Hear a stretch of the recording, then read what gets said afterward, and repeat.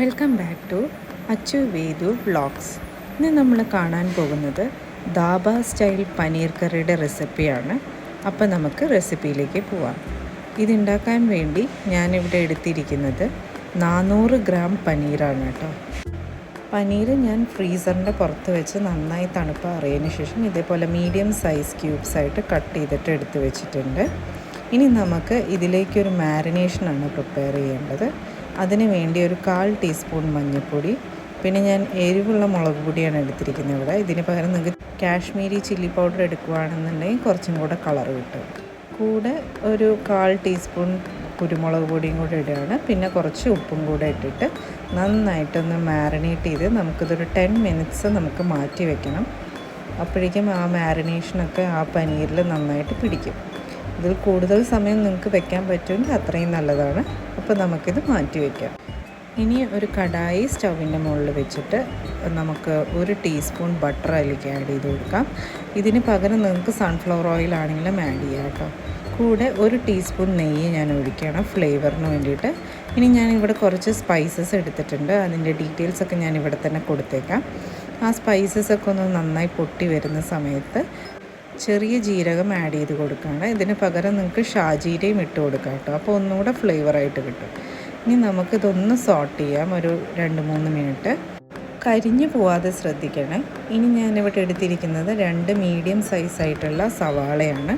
അത് ചെറിയ ചെറിയ പീസായിട്ട് കട്ട് ചെയ്തതും കൂടെ ഇതിലേക്ക് ആഡ് ചെയ്ത് കൊടുക്കുകയാണ്. എന്നിട്ട് നമുക്കിത് നന്നായിട്ടൊന്ന് വഴറ്റിയെടുക്കണം.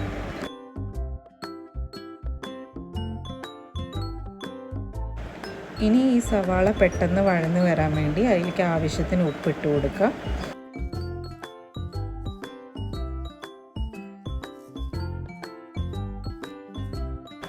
ഇനി ഇതേപോലെ ഒന്ന് വാടി വന്നതിന് ശേഷം അതിലേക്ക് ചതച്ച് വെച്ച ഇഞ്ചിയും വെളുത്തുള്ളിയും ആഡ് ചെയ്ത് കൊടുക്കാം.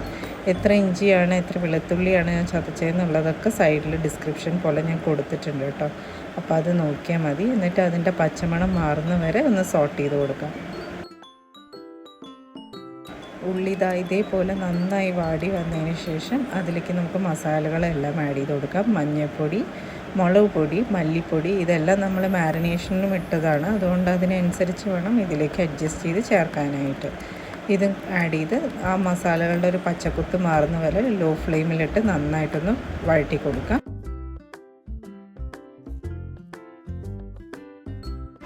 ഇനി മസാലയുടെയൊക്കെ പച്ചമണം മാറിയതിന് ശേഷം ഞാനിവിടെ എടുത്തിരിക്കുന്നത് ഒരു വലിയ തക്കാളി നന്നായിട്ട് അരച്ചതാണ് കേട്ടോ. അത് ഇതിലേക്ക് ആഡ് ചെയ്ത് കൊടുക്കുകയാണ്. എന്നിട്ട് ആ ജാറിൽ കുറച്ച് വെള്ളം കൂടെ ആഡ് ചെയ്തിട്ട് അതിൽ ബാക്കിയുള്ള ടൊമാറ്റോ പേസ്റ്റും കൂടെ ഇതിലേക്ക് ആഡ് ചെയ്ത് കൊടുക്കുകയാണ്. എന്നിട്ട് ഇത് നന്നായിട്ട് ആ തക്കാളിയുടെയൊക്കെ ഒരു പച്ച ടേസ്റ്റ് മാറുന്ന വരെ ഒന്ന് കുക്കായി വരണം. അതുകൊണ്ട് നന്നായിട്ട് തന്നെ ഇത് ബോയിൽ ചെയ്ത് നമുക്ക് എടുക്കണം.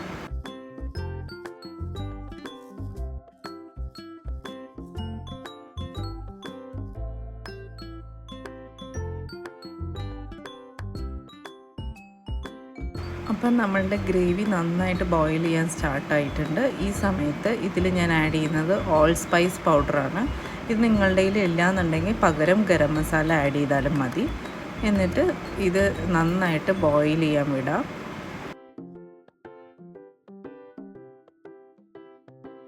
അപ്പോൾ ഒരു 10-15 മിനിറ്റ് ബോയിലായി വന്നതിന് ശേഷം ഇത് ഇങ്ങനെ കിട്ടിയിട്ടുണ്ട് ഇതിൻ്റെ കൺസിസ്റ്റൻസി. ഇനി ഈ ഒരു ഗ്രേവി നമുക്ക് വേറൊരു ബേണറിലേക്ക് മാറ്റി വെച്ചിട്ട് ലോ ഫ്ലെയിമിൽ അവിടെ കിടന്ന് ബോയിലാവട്ടെ. ആ സമയം കൊണ്ട് നമ്മൾ വേറൊരു തവ എടുത്തിട്ടുണ്ട്.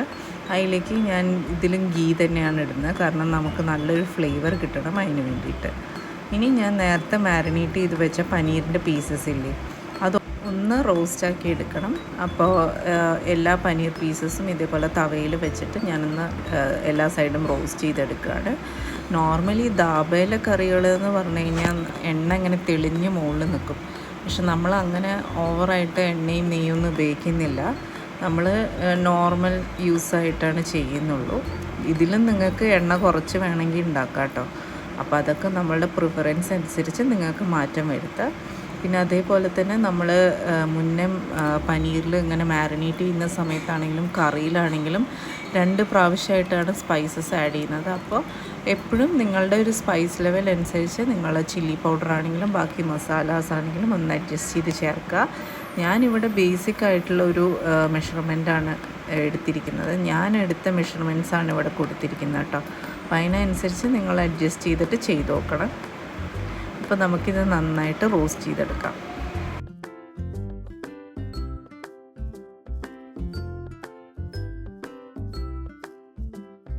അപ്പം നമ്മുടെ പനീർ പീസസൊക്കെ ഏകദേശം റോസ്റ്റായി വന്നിട്ടുണ്ട്.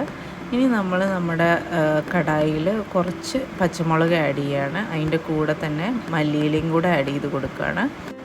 ഈ കറി അത്യാവശ്യം സ്പൈസി ആയിട്ടുള്ള കറിയാണ്. അപ്പോൾ അതുകൊണ്ട് തന്നെ ഞാൻ നേരത്തെ പറഞ്ഞ പോലെ നിങ്ങൾ സ്പൈസ് ലെവൽ അഡ്ജസ്റ്റ് ചെയ്തിട്ട് വേണം എപ്പോഴും പച്ചമുളക് ആണെങ്കിലും മുളക് പൊടി ആണെങ്കിലും ചേർത്താനായിട്ട്. ഇനി ഞാനിവിടെ ഒരു ഫ്ലേവറിന് വേണ്ടി കസൂരി മേത്തി ആഡ് ചെയ്യുന്നുണ്ട് കേട്ടോ. അതും കൂടെ ആഡ് ചെയ്തിട്ട് ഒരു 1-2 മിനിറ്റ് കുക്ക് ചെയ്യുക. അത്രയേ ഉള്ളൂ. നമ്മുടെ കറി ഏകദേശം ഫിനിഷിംഗ് പോയിന്റിൽ എത്തിയിട്ടുണ്ട്. ഇതിലേക്ക് നമ്മൾ ആദ്യം മാരിനേറ്റ് ചെയ്ത് റോസ്റ്റ് ചെയ്ത് വെച്ച പനീർ ആഡ് ചെയ്ത് കൊടുക്കുക. എന്നിട്ട് ആ ഗ്രേവിയിൽ ഒന്ന് കവറായി വരുന്നവരെ ഒരു 2-3 മിനിറ്റും കൂടെ കുക്ക് ചെയ്തതിന് ശേഷം നമുക്ക് സെർവ് ചെയ്യാവുന്നതാണ്. ഇത് ചപ്പാത്തിയുടെ കൂടെയും നാനിൻ്റെ കൂടെയൊക്കെ നല്ലൊരു കോമ്പിനേഷനാണ് കേട്ടോ. അപ്പോൾ നിങ്ങളിത് വീട്ടിൽ ട്രൈ ചെയ്ത് നോക്കുക. ഇഷ്ടപ്പെട്ടാൽ നമ്മളെ ചാനൽ ലൈക്ക് ചെയ്യുക, സബ്സ്ക്രൈബ് ചെയ്യുക, നമ്മളെ സപ്പോർട്ട് ചെയ്യുക. Thank you for watching.